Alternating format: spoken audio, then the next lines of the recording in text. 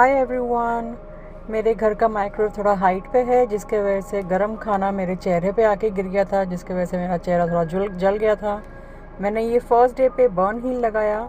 उसके बाद मैंने सिर्फ़ और सिर्फ लुकमानिया हयात तेल लगाया है, और ये इस तेल की वजह से ही you can see the progress. सिर्फ इस तेल के लगाने से, रेगुलर यूज़ की वजह से, ये मेरा बर्न हील के जो मार्क्स हैं, जो स्कार्स है, वो सब ठीक हुए हैं।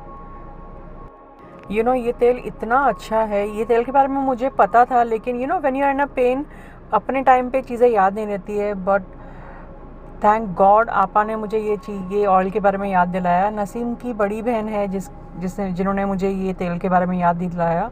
And I was like, oh yes, of course I know this is the best remedy for this. So thank you, thank you, thank you, thank you very much आपा। अलॉन्ग विद दैट ऑयल, उसके oil के अलावा